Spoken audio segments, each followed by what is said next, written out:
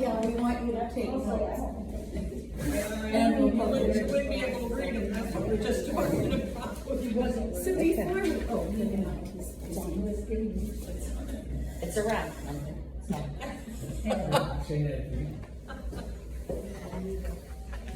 Are these yours?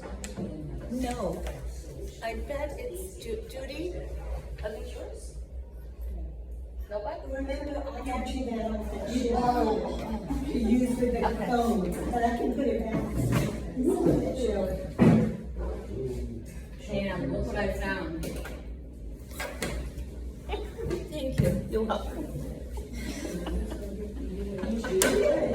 You know, it gets worse every day. Not knowing when I've lost my glasses so many times that it's ridiculous.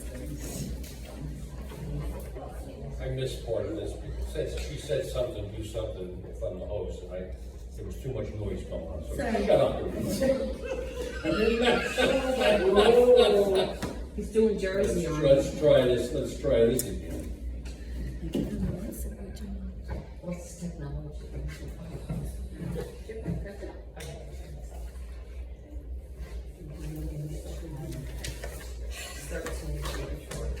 This is it.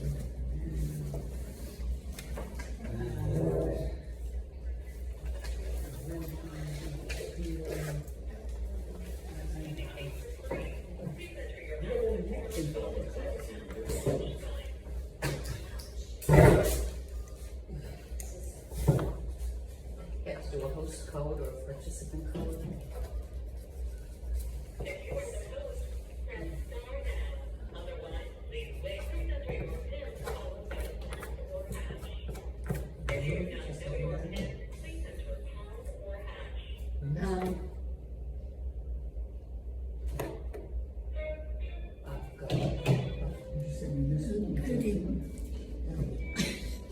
Okay, so.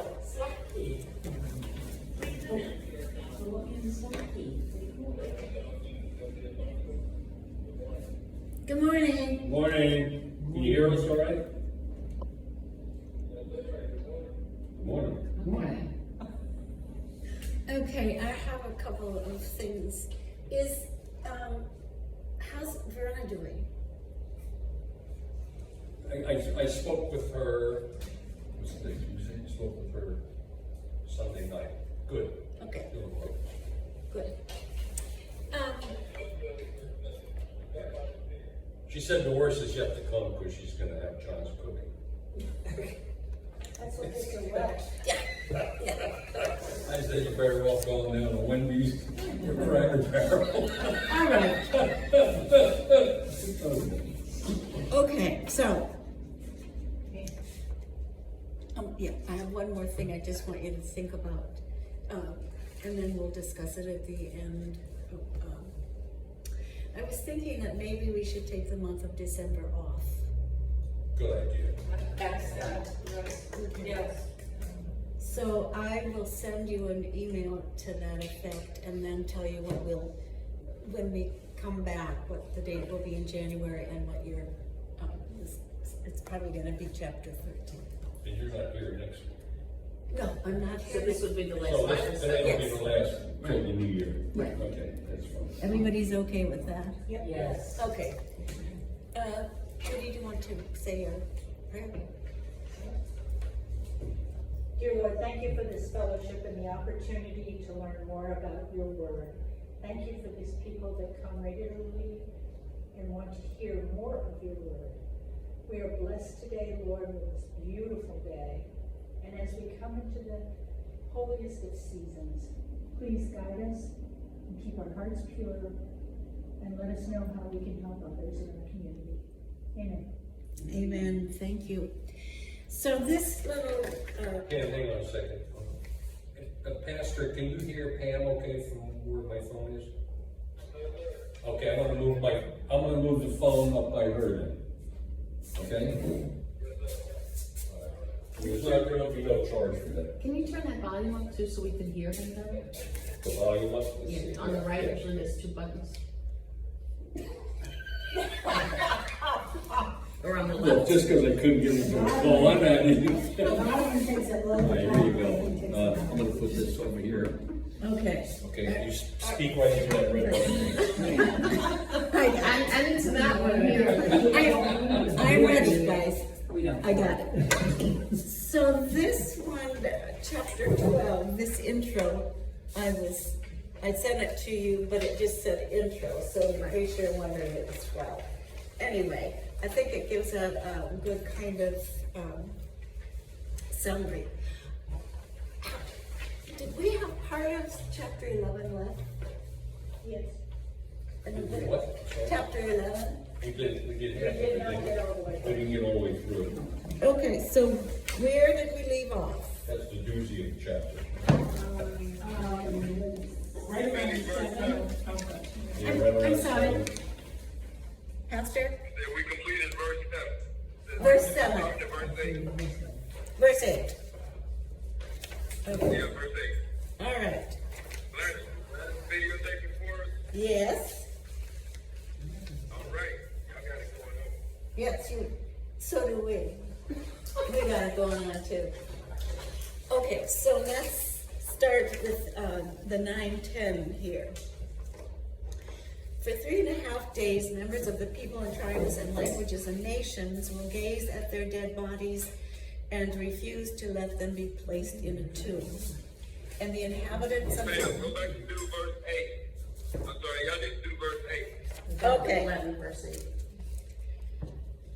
And their dead bodies shall lie Your in bodies will lie. Right. public square.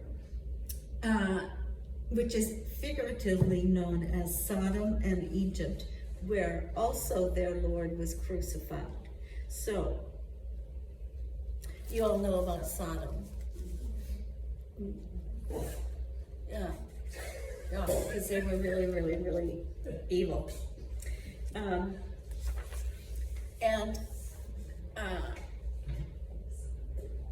Let me see here. And Egypt represents the height of evil, of God, and hatred of God's people, persecution and hatred of God's people. So that's why it's compared with that. There's some controversy about if the great city refers to Rome.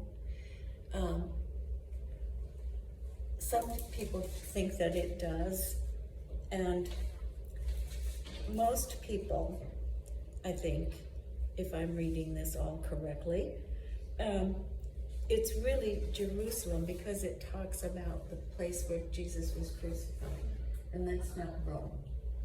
That's Jerusalem.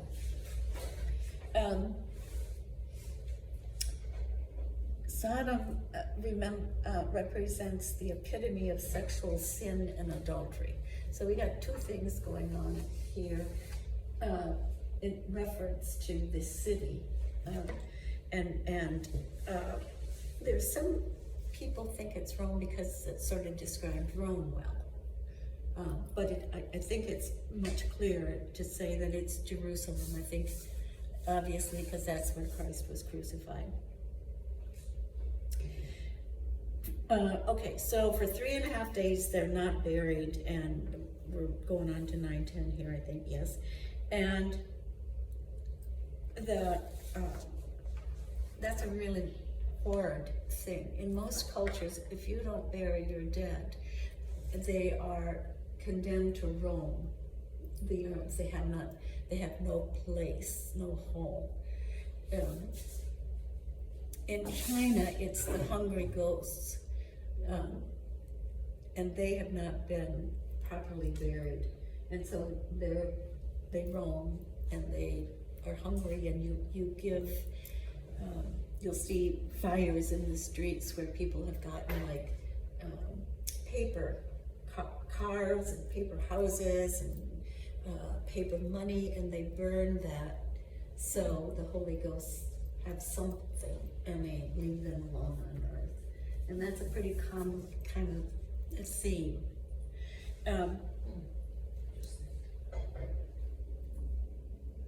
And if you don't appease them some way, they cause problems.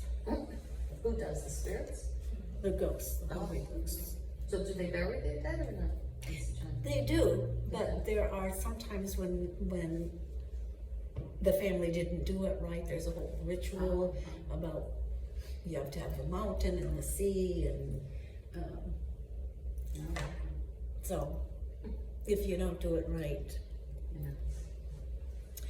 Okay, and so, all of these people, who are of course glad to have them dead, are celebrating in the streets. They're gloating over them as these bodies rot.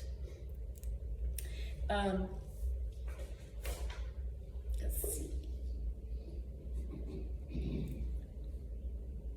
All right. So, one of the things I think we need to think about, and Pastor Chris has talked about this a lot, is how is it that this makes sense, any of this, to us in our own lifetime? And what are the similarities that we have?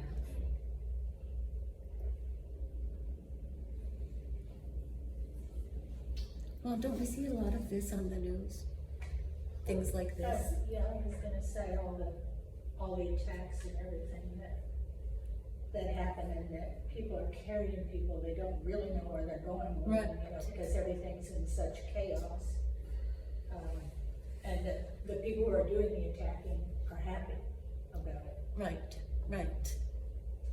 And in wartime, bodies lay there for days, and their family is waiting to hear, and what they get back in terms of what they bury is something that is,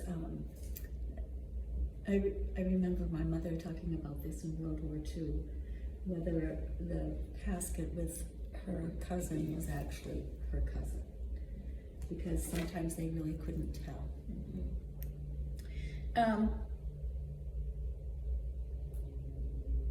And the reason they hate these guys is they tormented them. They didn't want to hear about God or goodness or what have you. And so their role as tormentors made the people angry, as you might guess. The other thing about it, I think, is that it's not, the witnesses were willing to go to any length they needed to go to do their job. They did not waver in any way, shape, or form.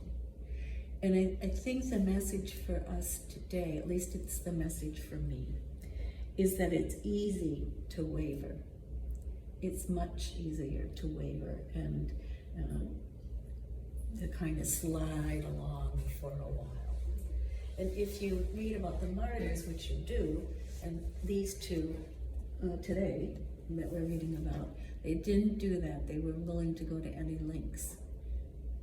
And I'm not sure I am. I'm not sure any of us could. We just don't know. You just don't know. You think you would? You think you would. You think you're getting prepared. We've talked a great deal about getting prepared. We don't know when it's coming and all of that. And I think we have more time than perhaps we might have. It's like when you see somebody freeze in an emergency. Mm-hmm. And everybody around will say, well, why didn't you do this and why didn't you? But it happens, you just freeze, it all happens so fast. Yeah. And the trauma of not even knowing exactly what's going on and what you should do. Okay. 11:12. Are we good? Are we ready to move on? Okay. But after the 3.5 days, a breath of life from God entered them, and they stood on their feet, and terror struck those who saw them. Then they heard a loud voice from heaven saying to them, "Come up here." And they went up to heaven in a cloud while their enemies looked on. So, there's some parallels here with Jesus, is there not?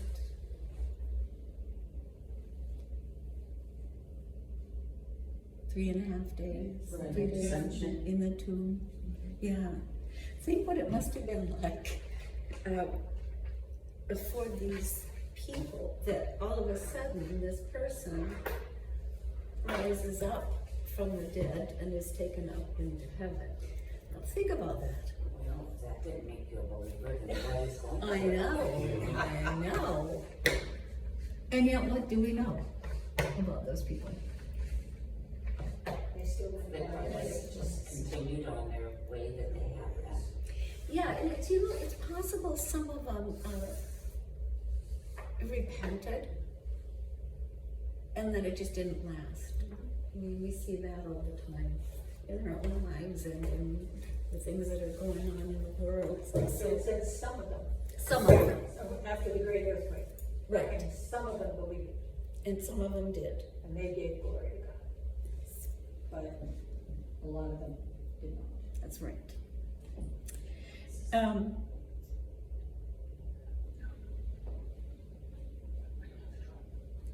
Do you know about the story of Ezekiel and the dry bones? And the dry bones get up and dance? Dry bones, yeah. Yeah. It's kind of reminiscent of that as well.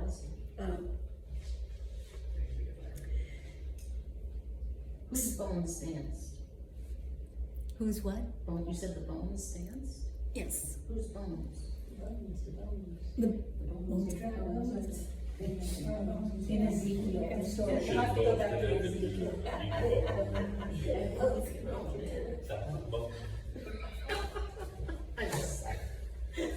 don't really know whose bones they were. No, I don't either. I don't know. I don't know the song. I never sang. You might want to take a look at that in Ezekiel. I love that passage. It's in Ezekiel 37, 1 through 14.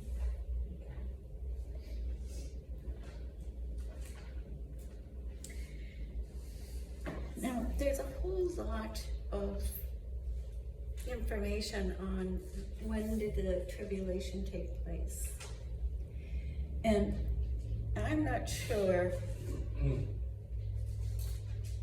Some think it comes in the middle of that 7 years. Some think it has already happened before the 7 years. Some think will happen afterwards. I'm not sure. I'm not sure that matters. And when I do the notes on this, I'll tell you all about it, but I don't think we need to spend time on that, but just be aware there's that. And we've talked about how there was in here before. When does that happen? Okay.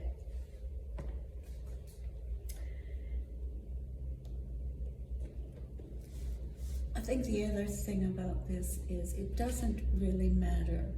Well, it does matter, but it doesn't matter in terms of this. No matter what happens here, God takes care of it. God will ultimately be the one that ends all of this. So when we think things are really bad and they can't get any worse, they can get worse, and they probably will, but they'll always get better. In this world or the next. In the next, or the next, yes. And they'll get better in the next if we make it to that word. Which chapter did you say that in Ezekiel? Ezekiel 37, the first 14 verses. Oh, okay.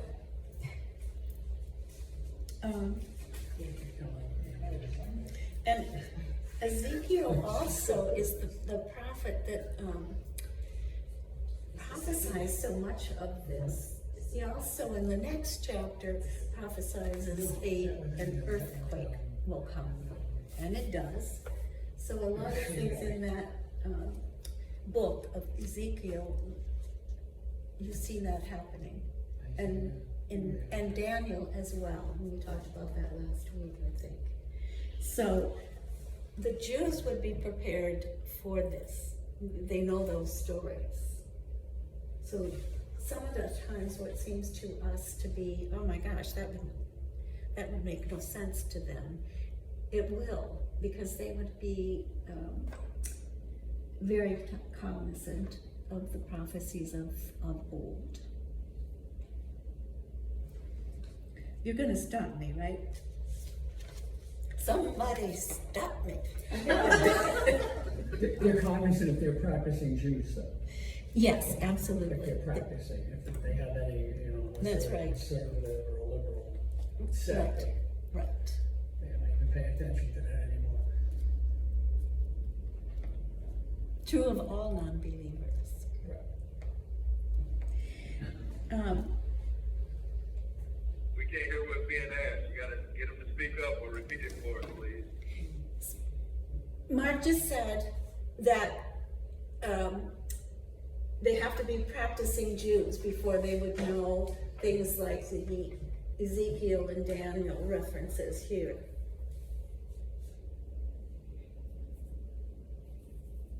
Is there some? Thank you. You're welcome. It's a pretty interesting reading. Yes, yes. So, the earthquake comes and all of the trauma from that. And then the second woe has passed. Verse 14 tells us. But the third woe is coming very soon. So you made it through this far. The first and the second. But get ready, because these progress and get worse and worse as we go along. But not everybody made it. I'm sorry. But not everybody made it through. It's like each time. Yeah, that's Some right. many don't make it through, That's some many right. do. In fact, I think I have a thing here. Yeah, for example, there's some, again, back to Rome, or whether it's Rome or whether it's Jerusalem, that all of this is taking place. And in this earthquake, 7,000 people were killed. And the reason people think that that's probably not Rome is that would make a whole big difference, because so many people populated Rome. But in Jerusalem, it was much smaller, so that would have been a big hit. But where, does it say in the Bible somewhere that I've missed that Jerusalem was a city of sin?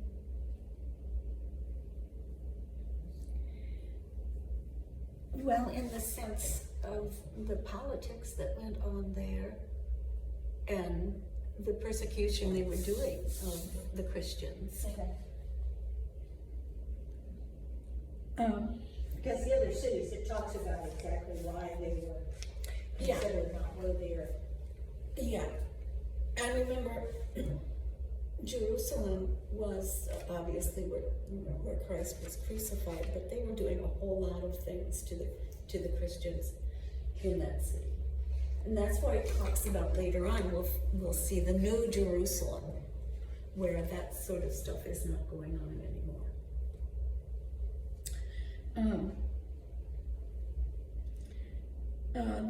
The third woe, as you read about it, you'll see how it's kind of like Armageddon. Everything really. If we thought we'd seen trouble before, it's gonna be worse than that.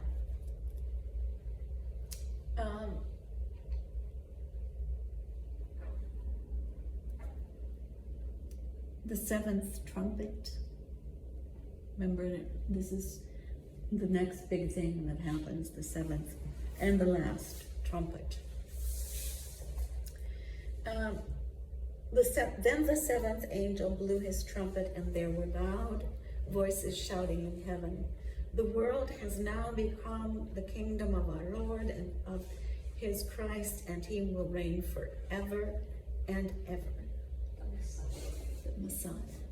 So remember, once this horn is blown, and it's blown right here, There's no turning back.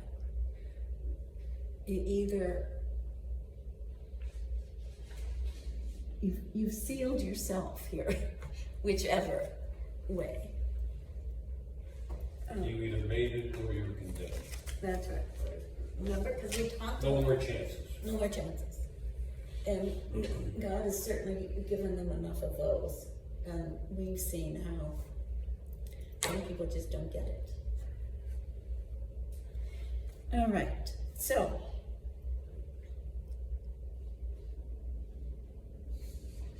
What are the voices that we hear? There were loud voices. Whose voices would they be? The saints. Angels? Well, angels and saints that were, Yeah. are these the ones that have been under the altar? No, that's, I don't think so. Pastor Chris, Yes, ma'am. so are these angels that, the voices in the verse 15, are they, it says they're probably angels, but are they also the martyrs under the altar? I would strongly say that they're just the angels. Just the angels, okay.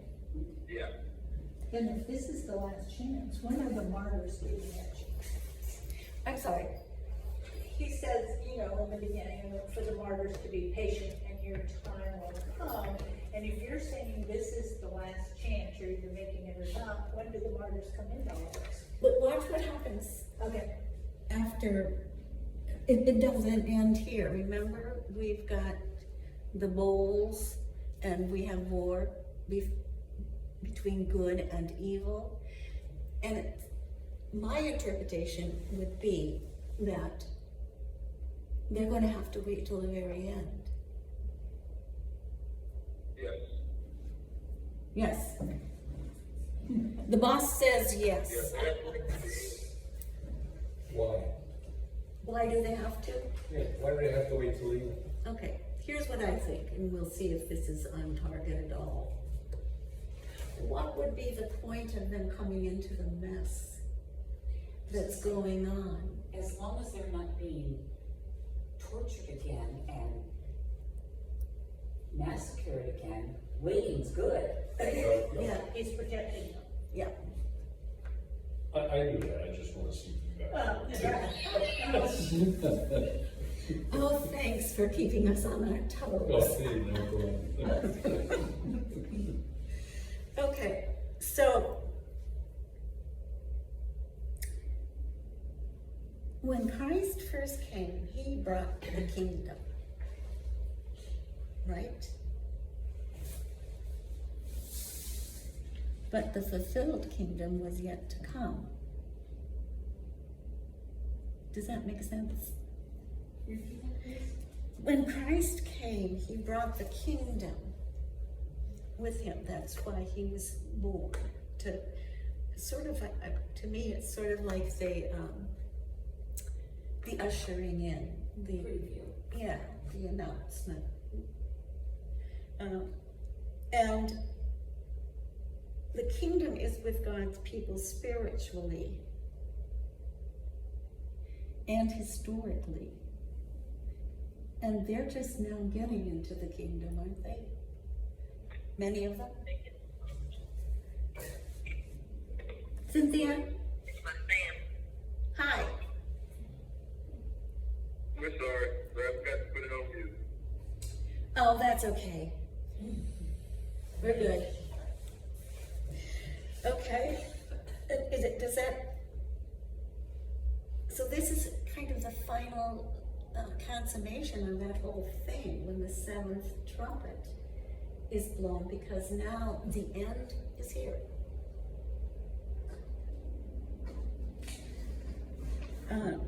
Then the 24 elders, remember them? They do this a lot. I get tickled at this, it is. Who were seated on their thrones before God, did what they always do. They fell on their faces and worshiped God saying, "We give thanks to you, Lord God Almighty, the one who is and who was, because you have taken your great power and have begun to reign." Now, if we look back to when they first said something like that, they've changed this a tinge, which makes all the difference in the world. Before, they mentioned who was, who is, who was, and is yet to come. So they've left that out, because he's here, the one who was and is. He's come now, so we don't need to be announcing that he's coming. I wondered about this, so I looked it up. Because it's a word I've used all my life. And I wasn't sure really, as I thought about it, in this context, what Almighty meant. And, you know, that might just be my own ignorance, but I looked it up and it's from the Greek. And it means he who has his hand on, who has his hand on everything. Yeah. Anyway, just sharing that little tidbit. You swim. Okay. So he's got great power and he's come to reign. The nations were angry, and your wrath has come. The time has come for judging the dead and for rewarding your servants, the prophets, and your saints, and those who reverence your name, both small and great, and for destroying those who destroy the earth. Okay, so why wouldn't that be the people under the altar? My sense is, it doesn't. No, it's fine, Judy. I think the time has come for destroying those who destroy the earth, and so again, it's sort of a good point Bonnie made about. I mean, would you want to come out from under a place that you know is safe and watch all this? I think they come, it doesn't say they did it immediately, does it? It just says the time has come. The time has come, but the time has come for all hell to break loose.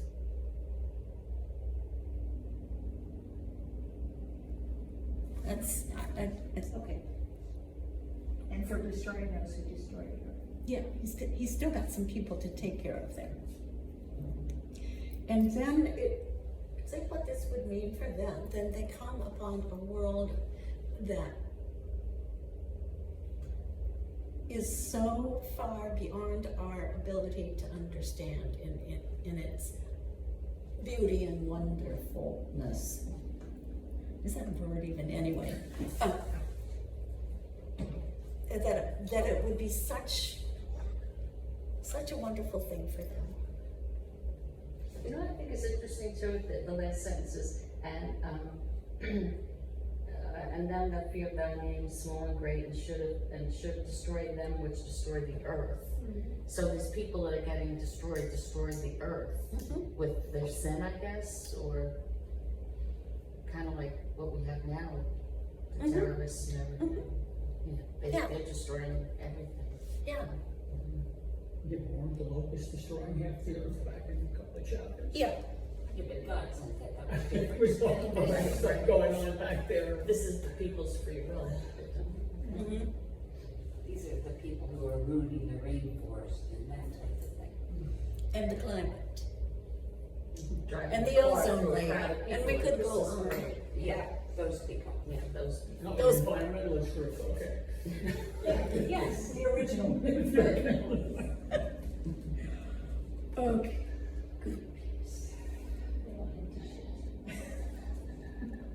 This comes from Psalm 2, and it says, "Why are the nations so angry? Why do they waste their time in futile plans? The kings of the earth prepare for battle. the rulers plot together against the Lord and against the Anointed One. But the one who rules in heaven laughs. The Lord scoffs at them. And that goes back to God's going to be the victor here, no matter what. That's like that saying, man plans and God laughs. Yes, yes. So what we see then as we move on from this is, as odd as it's going to seem, this doesn't change the nations. It just makes them angrier and more willing to go to battle. That's hard to understand. Except again, what do we see in our own lives like that? I actually don't think it makes it hard to understand. I mean, look at the politics in the world now, and, you know, different nations take their stand, and it doesn't really matter what proof is out there that that stand is wrong. They still take it, That's true, they do. and they will fight To the death. to promote that. Yeah. I think it's hard for me to understand just in the sense of everything else they know has happened previously. I guess it isn't that different though, because a war is ultimately the same thing, where we've seen it before, and that doesn't stop people. If you think you're right, then You're right. you're right. I think a lot of today's things happen because so many families don't put God in their life. I'd say for a couple of generations now, just about. The younger people have been looking for something. And it's easy for them to be swayed by the bad people because all of a sudden they feel like they have something to believe in. Whereas when we were brought up more than likely in church and parents who lived the way of the church, and we had something to believe in. Now, everybody still sins, everybody still has problems, but it wasn't like people egging you on to kill somebody, you know. It didn't go into that depth, but it seems like the younger generations are just so lost that they're willing to try to believe in anything. Yeah, I think that's true. And that's why there's been a surge in the last 50 years or so with all of these crazy cults, you know, not for that reason, I think, because kids just don't have upbringing like they did when we were young. And remember, like, you know, my mother, she had 5 kids, and she didn't work until, you know, emancipated, pretty much. As time went on, in our generation, you know, you wanted to keep up with the Joneses, because he's got a Mercedes. I want to get one of those too, so teamwork, go out to work. So, you know, and, but the price was the kids. You didn't have family That was dinners the- anymore.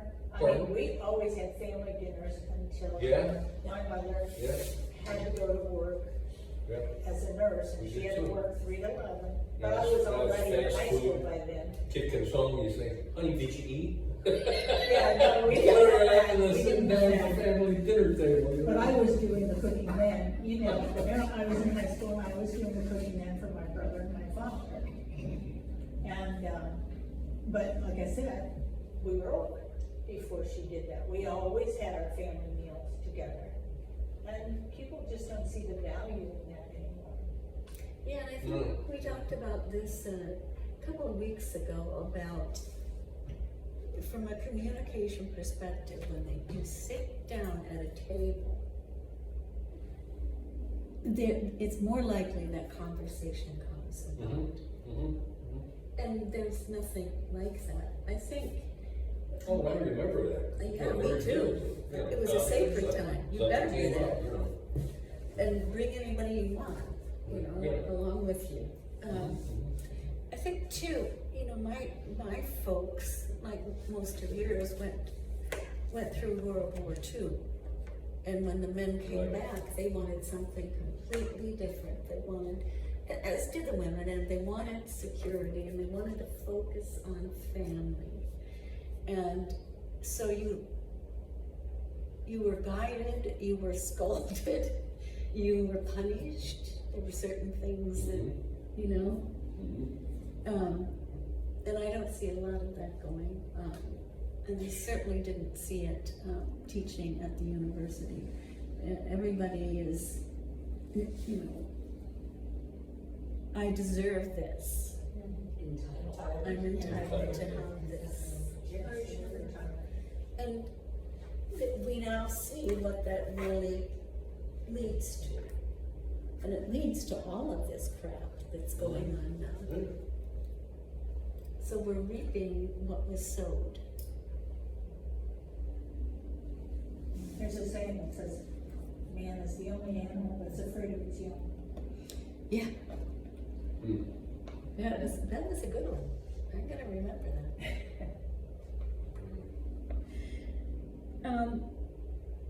The other thing is that Christ brought wrath, but he also brought for us judgment and rewards.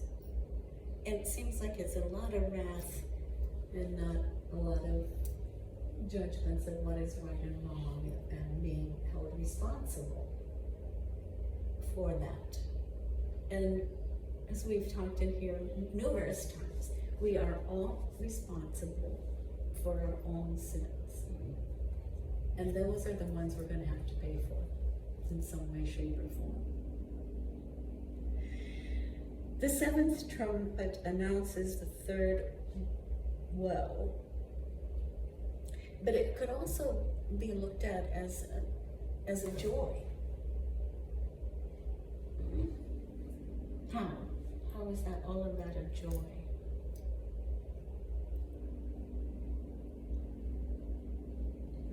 Because it's over. The worst is over. Yeah, and there's a great victory shout. It's done. Even knowing that all of this other stuff has to come. The bowls and all of that. Then God's temple in heaven was opened, and within his temple was seen the Ark of the Covenant, and there came flashes of lightning, rumblings, peals of thunder, and earthquake, and great hailstorm. And we've seen that before, and we'll see it again.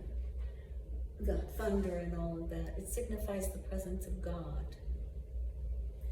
Now, let me ask you a question here, because Bill Shatner has a show called The Unexplained. I watch it on automatic pilot. And this past week was the whole hour about the Ark of the Covenant. And in Exodus, they talk about the Ark and this and that. And then all of a sudden, you don't hear anything more about it. And they claim that is the one greatest thing to be found by archaeologists would be the Ark of the Covenant. Nobody knows where it comes from.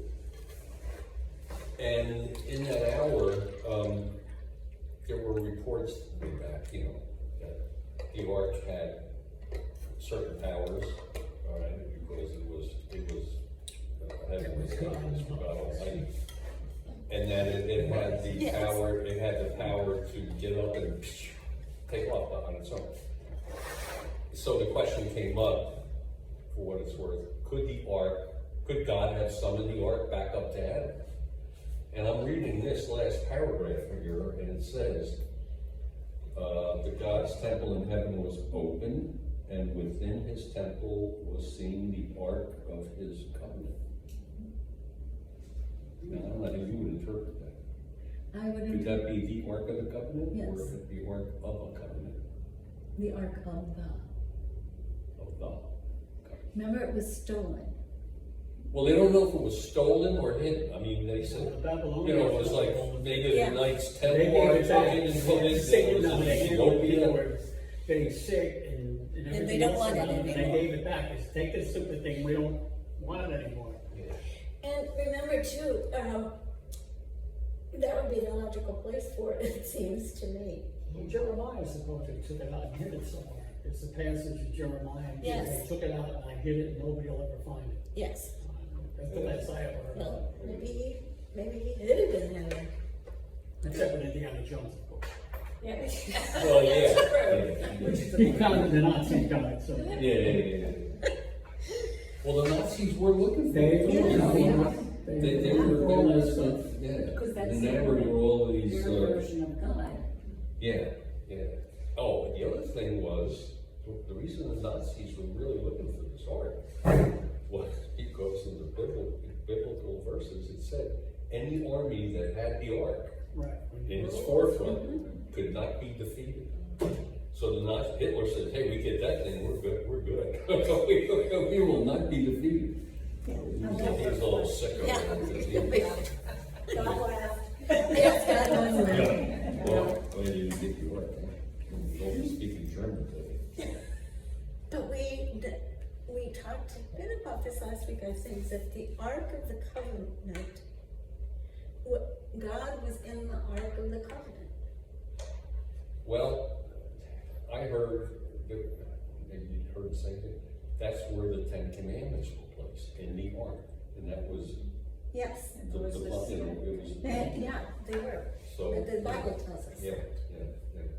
And so that's why they were so precious, and also that's where God was present. Yeah.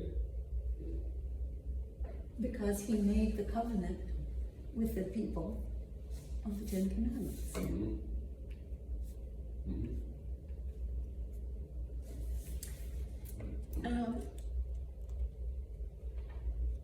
And remember that we talked about this, like, if we talked. Excuse me, is the pastor still on? Ask him how he would interpret that last paragraph. I'm curious what his take is. Is that the Ark, are they referring to the Ark of the Covenant up there? Pastor Chris. Yes, ma'am. Okay, so, Ron asked a question about, is the Ark of the Covenant referred to here in this verse 19, the Ark of the Covenant that was in Jerusalem in the temple in the Holy of Holies? And I said, yeah. So, Am I wrong? he took it back at some point, we didn't have the Jeremiah got hold. At the time, it would have been the Holy of Holies. It would have been his holy temple. So no, you're not wrong. That is right. It symbolizes God's presence. That's what the covenant symbolized when it was carried.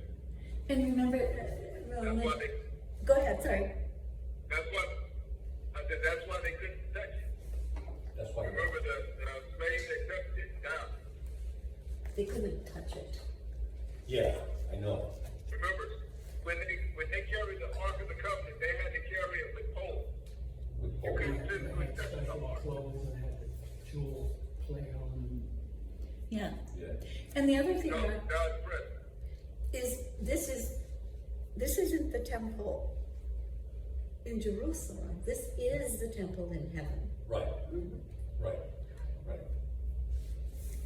It is right. It's the place in the temple where the covenant was stored, where the ark was held.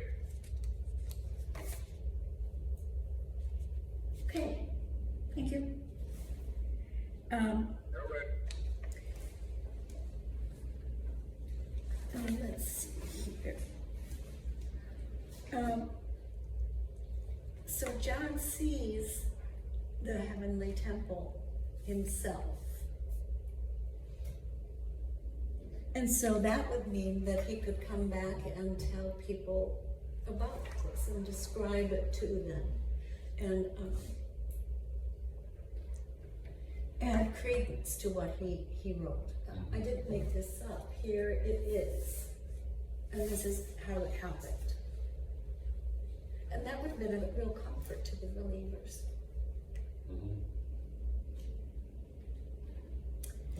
Okay. Well, we made it, didn't we? We made it through that one.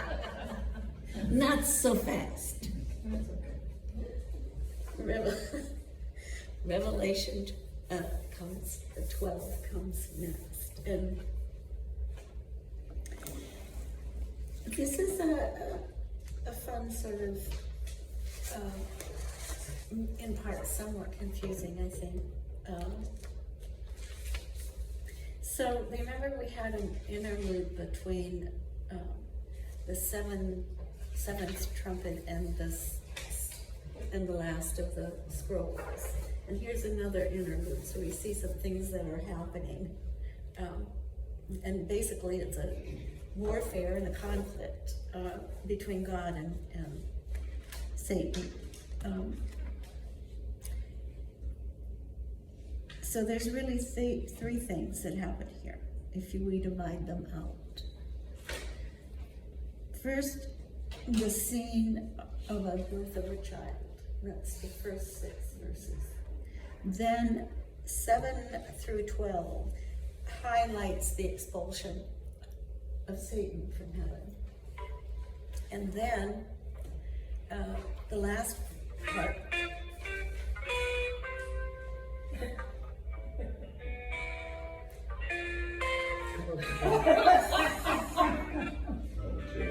I wonder if it was something I said.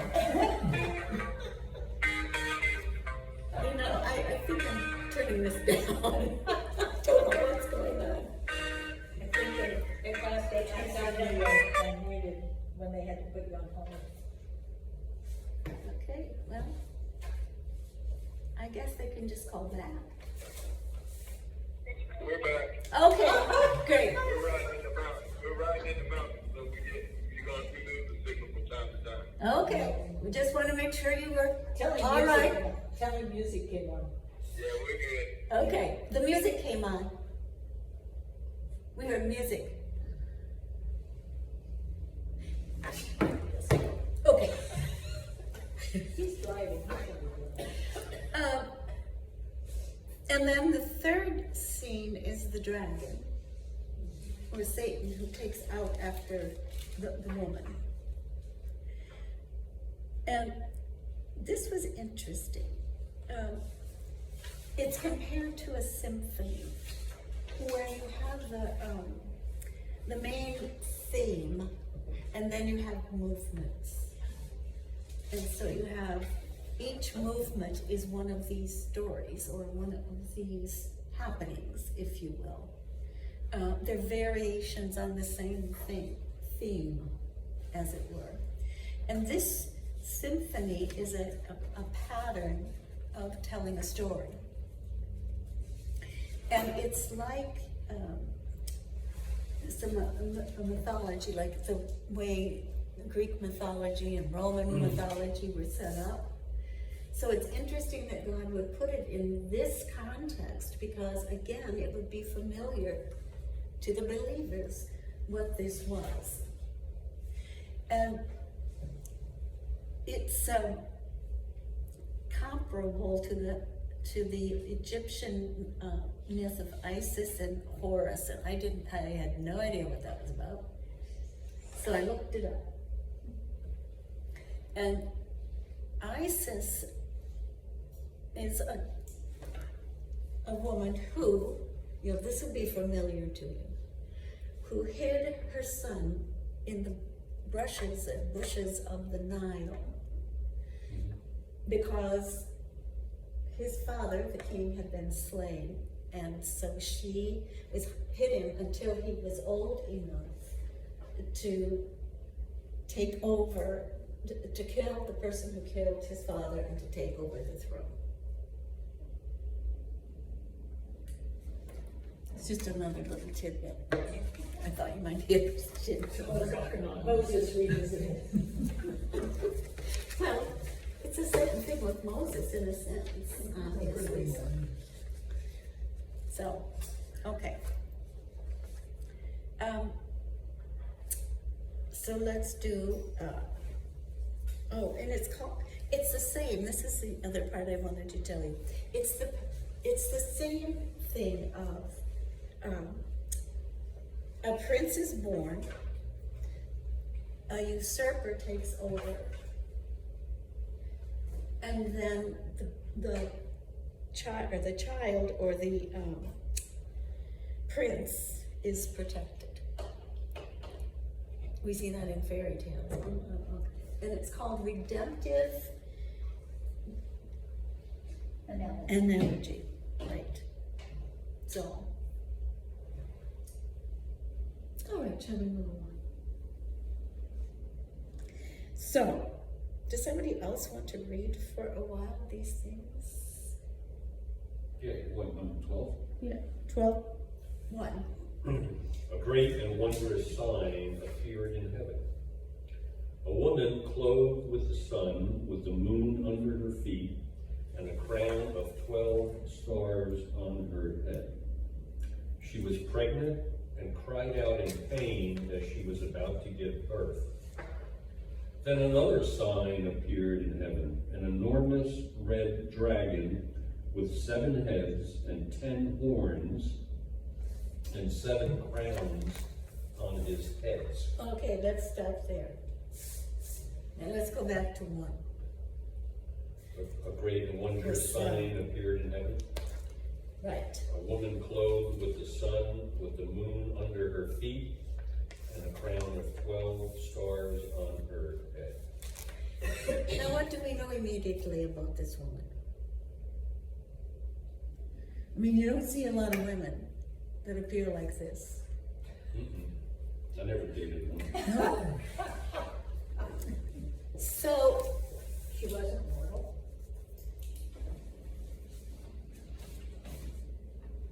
good.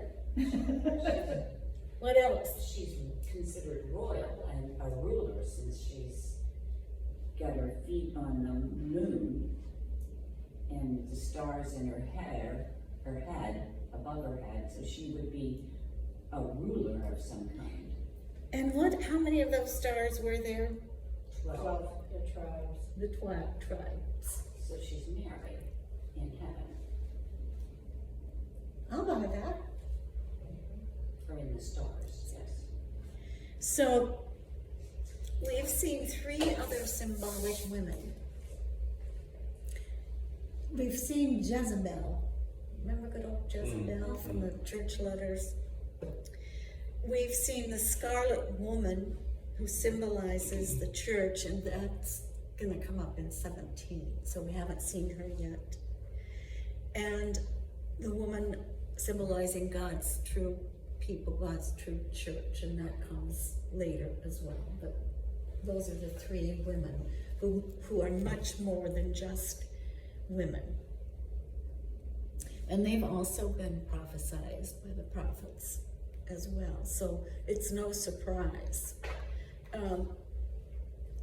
In the Old Testament, the nation of Israel is viewed as the wife of God, and the nation is represented by this woman who is a faithful follower of the teachings of God. So she's pretty important.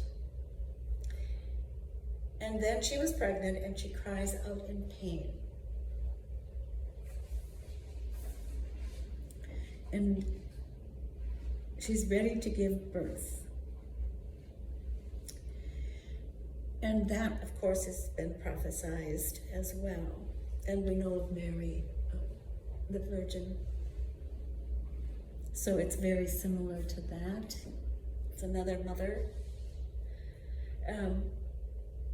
And she is giving birth to the person that we've waited for century upon century upon century. So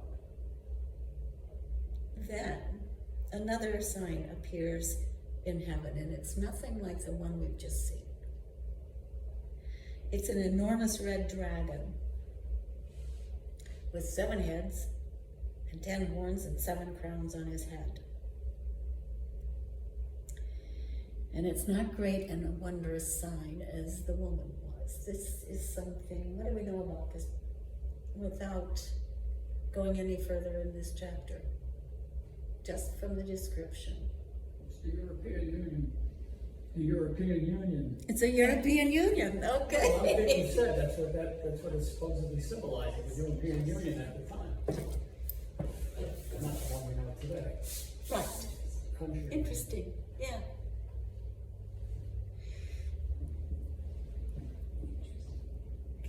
I did not know that. Yeah. Thank you, that's Just one interesting. interpretation I've heard them over the years. Yeah, and there certainly are a lot of them. But this thing, whatever it is, appears in heaven. We're told that. And it's a red dragon. So, It's China. Yeah, not in heaven though. I was thinking of China too. What significance, unless I'm jumping I in could hear what there. was said, oh, but I like the fact that if we look at this, because I know you asked what we could glean from this. yes, We know that when dragon to be Satan simply because he appeared in heaven. remember he's a fallen angel. Say it again. He's a fallen angel. So he was, Right, yeah, right. yeah. Right, he was an angel, so he started out in heaven. And then He had great power at one point. And then he decided that he didn't want to glorify God. He wanted to be an equal. So perhaps,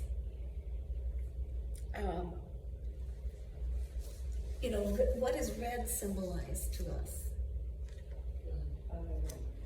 Fire, evil. Evil, vile? Yeah, just like today, red China, you know. Red. It can be, it might be, it might symbolize the blood of the martyrs. He's got heads, horns, and a crown, and those are all royalty or power symbols, so we know he has a lot of power. And the heads and the crowns might symbolize nations over which Satan already had control. What significance are the 10 horns? Okay, Daniel saw something very similar. I'm sorry? Daniel has seen something very similar. Yes, he does. Yes. He's one of the ones we He keep. saw it with the Yes. bear and the. Yeah, absolutely. And here's it's in chapter 7 of Daniel. Then in my vision that night I saw a 4th beast. It had 10 horns. Its 10 horns are 10 kings who will rule the empire. And it's not really clear if they're real kings or they're symbolic or something, but again, it was prophesized. And Christ is going to conquer all of those.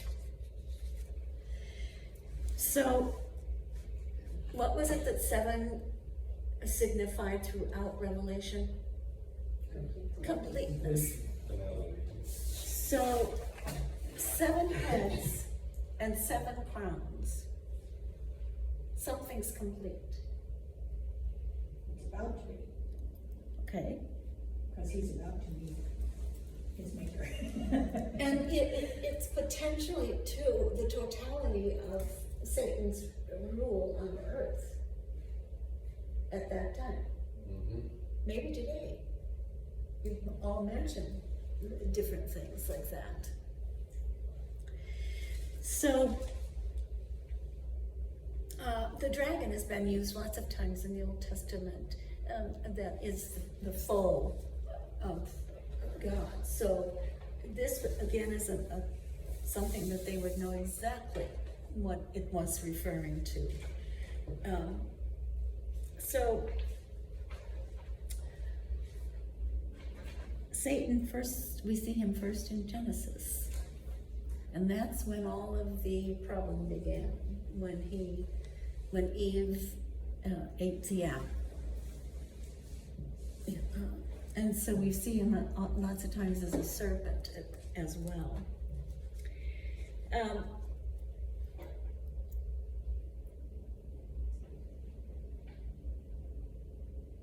Yes, okay.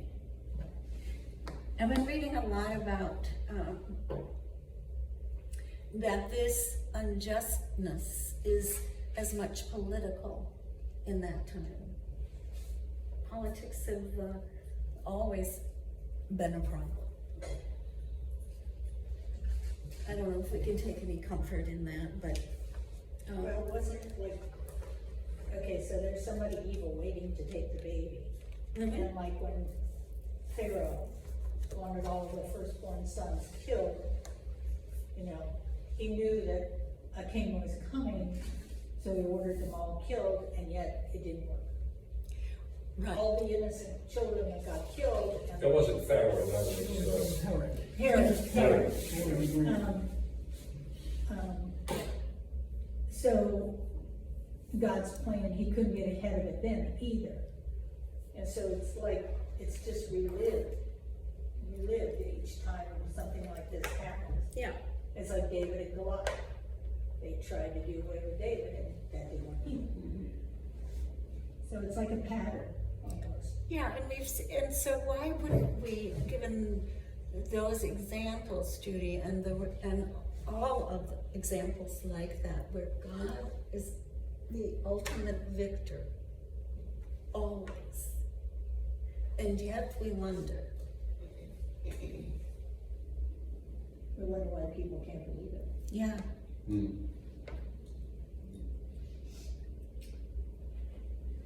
But they don't.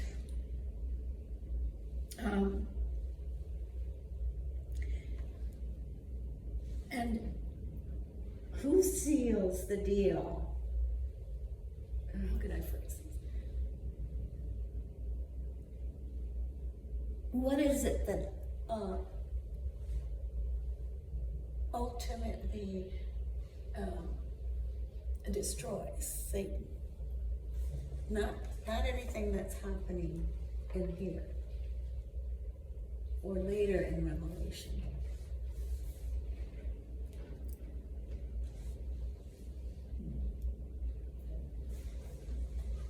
Who Satan himself. Who has it? Who did what for us? Jesus. And when Jesus was crucified, our sins were taken away and we got life everlasting. And that is exactly not the thing that Satan wanted. So it's another example of just being doomed right from the start. Because what Satan had going for him, in addition to all of his evil, is he brought death into the Garden of Eden. Now, nobody died in the Garden of Eden, but when that sin is what leads to death, right? Yeah. So when Christ comes, he does away with death. And that's, for all practical purposes, a good start on conquering Satan. So 12 and 4, verse 4. So this is the part that tells us about the fall of Satan. Yes, please. His tail swept a third of the stars out of the sky and flung them to the earth. The dragon stood in front of the woman who was about to give birth, so that he might devour her child the moment it was born. And Judy's already given us the reference to King Herod and the killing of the sons under 2. I think, if I remember correctly, anyone under 2. Okay. So that I try to imagine in my head what that would be like, and all the stars flinging and all of that. So I would think it would not be a very pleasant sight, and a scary one as well. It'd be like the battle on Golgotha. Between the angels who sweep the child away and the devil. You know, they always refer to that as the battle of Golgotha Hill, when the devil was finally beaten. And remember, he doesn't get beaten until the end of life on earth as we know it. So until that happens, we still see his work. Right, and he keeps losing the battle. Yeah. Is that the war's not over, but he keeps losing the battle. I picture this as like, you know, you could see lightning, you could see flames from a dragon, you could see the brightness of the angels and everything clashing together in a great and mighty explosion type thing. Yeah. Sounds like Star Wars to me. Yes, or, The original. or when the asteroids hit Earth and Yeah, I mean- changed the climate and the dinosaurs died. Right. Yeah. That type of thing. So this woman, this pregnant woman, was the Virgin Mary, right? Correct? I think she symbolizes the Virgin. Okay. Because, we get ahead here, but she gave birth to a son, a male child, who will rule all the nations with an iron scepter. And then the child was snatched up to God and to his throne. I mean, that sounds like Jesus Christ, so. What significance is the 1260 days? It's 3.5 years, right? Remember? That was in the previous. That's Oh, all. time, yeah, time. Yeah. But that's the That's amount of what it was, time yeah. that Jesus preached. Right. Right, okay. And the time he spent in the grave, in the tomb. 3.5 days. 3.5 days. The time, yeah. So that's sticking with us. And we'll see it again as well. So let's see, down to, okay.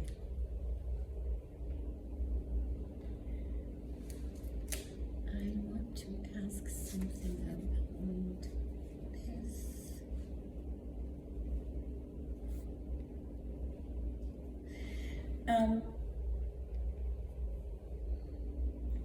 In the Psalms, it talks about the Messiah, and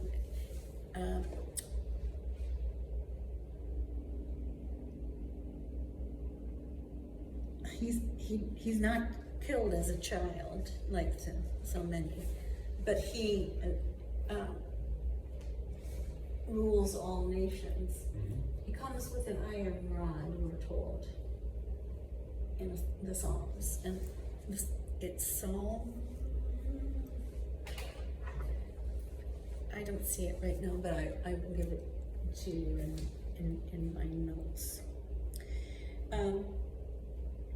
And he cares for her for 1,260 days. And that's the same amount of time as the trampling of the holy city. We saw that in a previous chapter. It's also the time that the witnesses were witnessing And it's also the, now I can't find it. And the rule of the beast. The beast is coming. Now,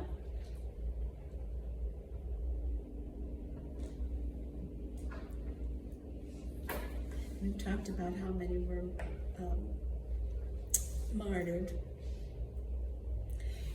Anytime somebody goes into the wilderness in the Bible, they're going there for refuge. So, Jesus goes to the wilderness. John the Baptist went to the wilderness. And it's there that God cares for them and keeps them safe until they are ready to go out into the world again.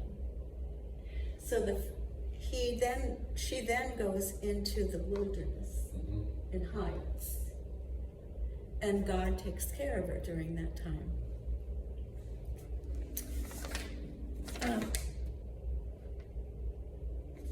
We hear a lot in the Bible, God cared for. It really, if you translate that, it's nourished. He nourishes their food, he nourishes their spirit, he gives them strength. So,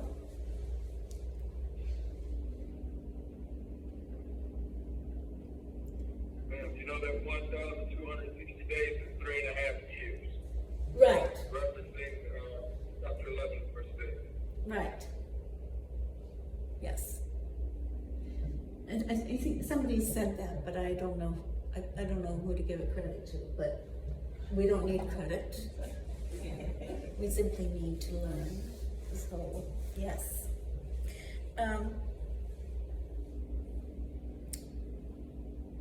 Shoot, now I lost my... Number 7.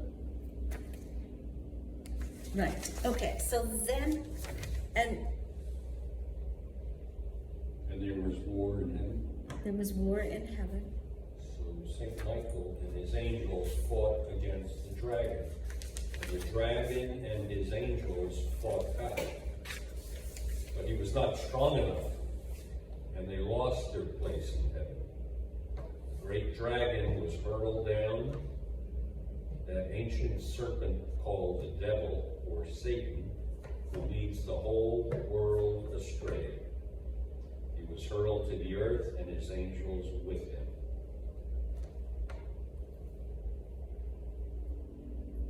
It's almost sounds like a past tense. Like John is saying what has happened before. Right. If you think of this Well, as yeah, part that of was the past order, tense. Yeah, That yeah. was it's past saying tense. because the fallen angels, that's like way Yeah. back when, you know, Yes. thrown out and came to earth and. Right. But John gets to witness it. But it looks like he's almost like looking at a lot of this stuff, Yeah, from beginning to end, as opposed to future stuff all the time. yeah, because the trumpet's been blown. Right. So the wases are in the past. Yeah, you're right. Right, yeah, some of the things like. Yeah. Yeah. Yeah, the serpent would be, you know, how to make good old Eve, right? Right. Yeah. And so a serpent is symbolic of the devil as well. Yeah. Yeah, as the dragon. So, 7 through 9, okay. So, now, 7 through 9 is an expansion of what we saw in 12, 1 through 6. So we're in a different movement here. We've got the initial one that we talked about, and now this one.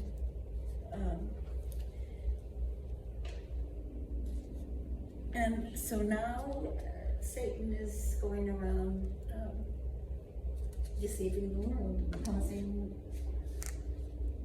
chaos and fear on the part of some people.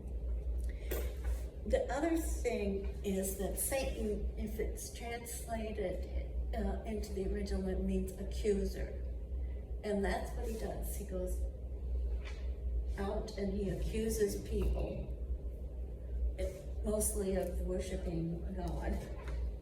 And then he destroys them, he devours.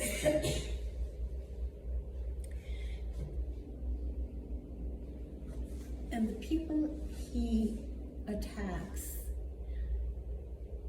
aren't the people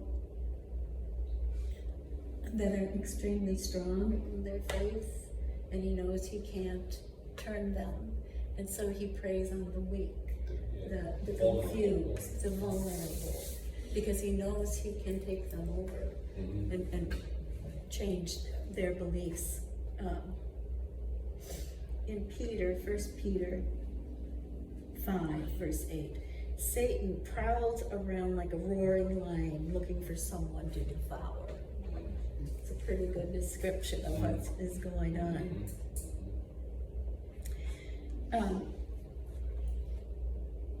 And the people of the first century church, and we see this in this chapter, obviously, from the beginning, even in the letters that Paul writes to the church. They're warned against Satan's intentions, and they're warned about what will happen. And these people who accepted God and glorified him, etc., were perfectly willing to be punished for that. They knew they would be punished for that. It was foretold they would be punished for that. So it brings me back again. How far am I willing to go to avoid punishment? I hope I'm going the wrong way. It goes back to, do you want punishment here, or do you want punishment for eternity? I'll take it here. Get it over with. Yep, absolutely. Some say that this fall of Satan happened at Jesus' resurrection, his an ascension into heaven, and that the days, the number of days, is a symbolic way of referring to the time Christ was born, and then came his second coming, his 1,000 years. That what you're saying, that you're saying that the fight between Michael and the devil, is that what you're talking about? Happened after the resurrection? That couldn't be possible.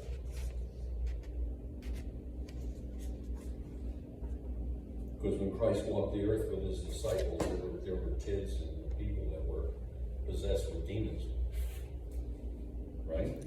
Yeah, and they're using this to, people want to figure out when the fall happened. The fight between St. Michael and the devil. I don't think it makes any difference. It happened a long time ago. I don't think it. We know there's a 7-year period of this whole thing, right? Okay. Yeah. But I don't think that has anything to do with. No, and I don't think it matters either. It doesn't. But I think it tells us something that people, instead of looking again at the big picture and what all of that meant, they're focusing on things that don't. Okay, so we can squelch this right in Adam and Eve. I mean, Satan was there, and I was the first man and woman on the face of the earth. So that battle, St. Michael fell out of here and threw Satan down to earth. That happened just prior to Adam and Eve. I'm not making myself clear here. I'm saying it's interesting when we've seen this throughout Revelation, where people are, in my opinion, going for the minutia, trying to figure out things that they'll never be able to figure out. And as long as they're doing that, then they're wasting, again, in my opinion, they're wasting time not doing exactly the only thing they have to do. Which is praise God. Yeah.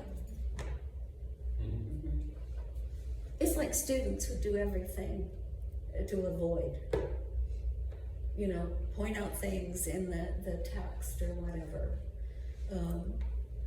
Or something I say, which, you know, they sometimes are right about correcting me. Rarely. It's like you're not focusing on what really is important here. And I think anytime I focus on something that's not important, it's because I'm avoiding something else. And it doesn't really matter anyway, because the only clear teaching that we want to get from all of this is that God is the victor. Sooner or later, God is the victor. I think too, in some ways, the world is a prison to Satan, because he can't, once he falls, once he does that to himself, paying the consequences, he's doomed. He can't, there's nowhere else to go, for one thing. And God isn't going to let him back in heaven. And that's why he gets so angry and tries to do so much bad. Yeah. You know, he's allowed him to accuse. I'm sorry, what? He's allowed to go back in and accuse. Look at the story of Job. True. But to Right? He stay. comes in and everyone's like, "Whoa, what are you doing here?" Yeah. But his intention isn't good. No, it's not. But he's obviously allowed in there Yeah, to I'm point saying, fingers and do whatever. But he can't Can't take the stand it. benefits. Right. because he's not there for the right purpose. But you're right. Yeah, he does. He does go back. So these are the 3 evil powers. Are we there yet? Yes. So 12:10. Then I heard a loud voice in heaven say, "Now have come the salvation and the power and the kingdom of our God, and the authority of his Christ. For the accuser of our brothers, who accuses them before our God day and night, has been hurled down. They overcame him by the blood of the Lamb and by the word of their testimony. They did not love their lives so much as to shrink from death. Therefore rejoice, you heavens, and you who dwell in them. But woe to the earth and the sea, because the devil has gone down to you. He's filled with fury, because he knows that his time is short." Okay, let's go back to 10 and 11.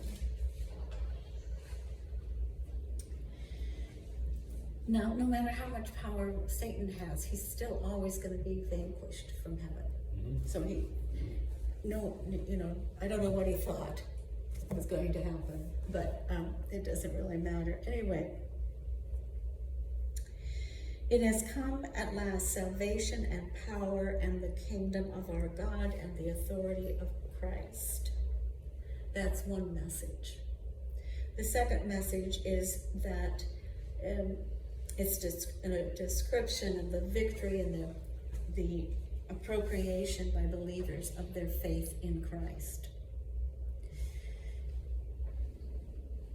For the accuser of our brothers and sisters has been thrown down to earth. And the third message of this message is the promise that Satan is ultimately and forever defeated by the blood of the Lamb. And then I like the personal thing that John says, and he says this often, I heard. It's even there was, it's even not there was. It's, I saw this. I recorded this. So again, when he talks to the people about his experience, it's first person. It's, he did it. He saw it. Then 12:12. Oh, we need to tie it back to the 7 churches. Remember that God gives the message what they did wrong, and then all they have to do to make things right. And it's the victory of the saints then that is the message for us. They're going to get a lot of good reward. Life everlasting would be pretty great. So rejoice, Helens. And the terror is going to come, we're told, from the sea and from the earth. And as Judy said, the devil is angry, and so he's going to do everything he can out of that anger in terms of destruction. So,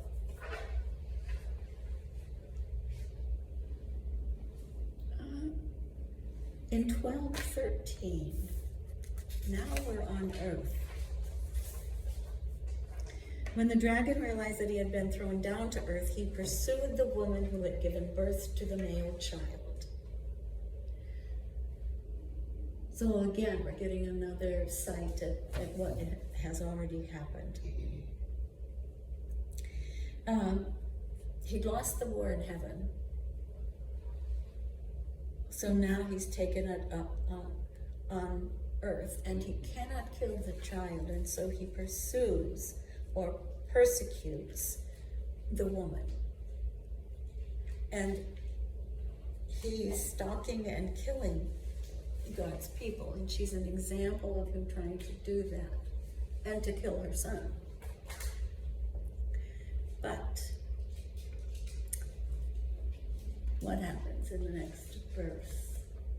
Anybody else want to read? I'll read. So when the dragon saw that he had been thrown down to the earth, he pursued the woman who had given birth to the male child. But the woman was given the 2 wings of the great eagle so that she could fly from the serpent into the wilderness to her place where she is nourished for a time and times and half a time. So I look at this as we're really, you can't miss the message here. It's told to us several times. It's like God is pounding on our, knock, knock on our head, and let's get this clear to all of you.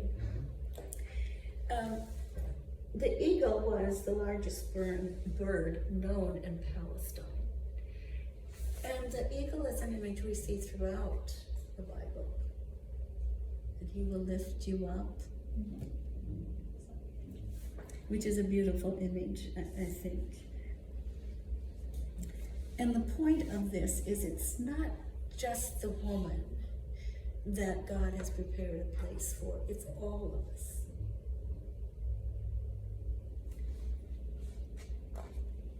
Then the dragon tried to drown the woman with a flood of water that flowed from his mouth.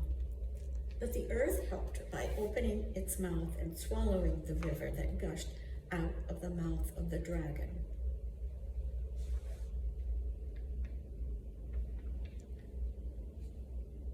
Now this might... What's the significance of all that? The serpent spewed water.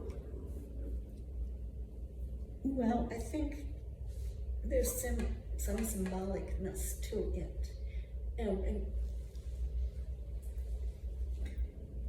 I mean, we've seen flows of water before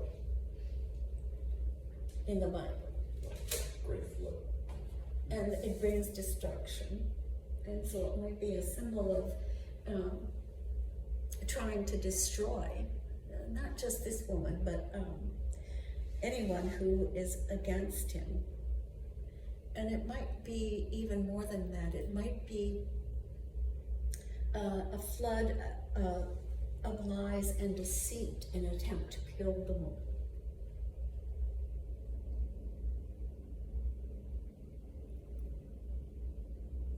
Because doesn't he lie and have deception, and that's how he gets us to do what he wants us to do? So he couldn't get her, so therefore he was enraged and wants to make war against the rest of her offspring. Yeah.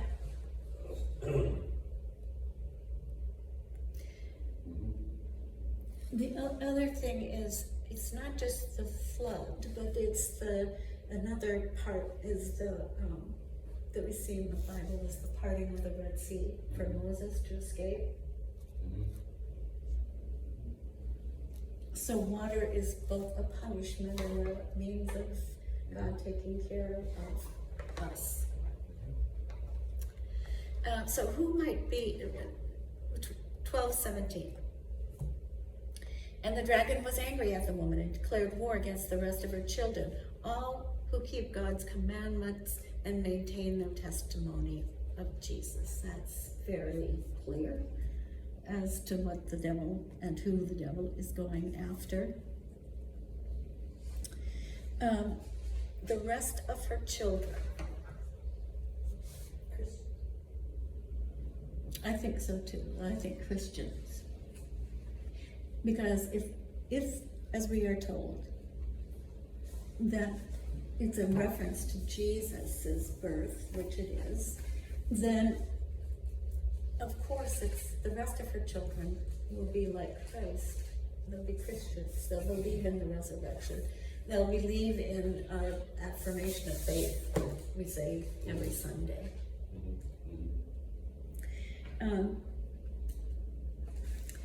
Then we're told the dragon took his stand on the shore beside the sea.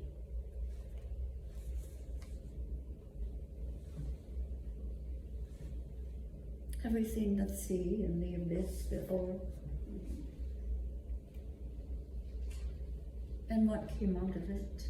What was the sea? How did people view the sea back in the days? A dark hole. They saw that as the abyss. Yeah. And so later in John, in the 21st chapter, describes the sea as describes the new heaven and new earth as a place where the sea doesn't exist anymore. Because it symbolizes you.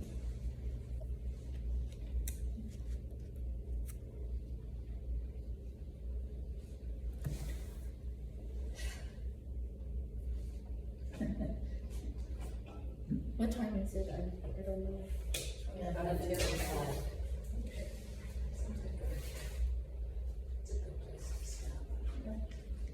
So, I will get notes to you, preferably today, maybe tomorrow. Sometime before you leave. Sometime before I leave.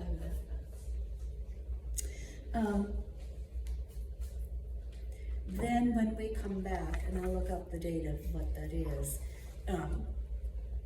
it's Revelation 13, and we see some interesting people arrive on the scene, if you will.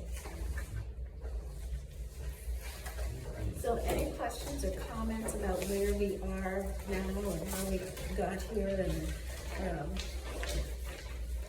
anything you need from me that I don't provide? Large popcorn and small. Yeah.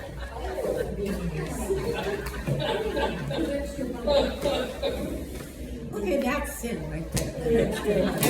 You know? So no, you're not inviting people.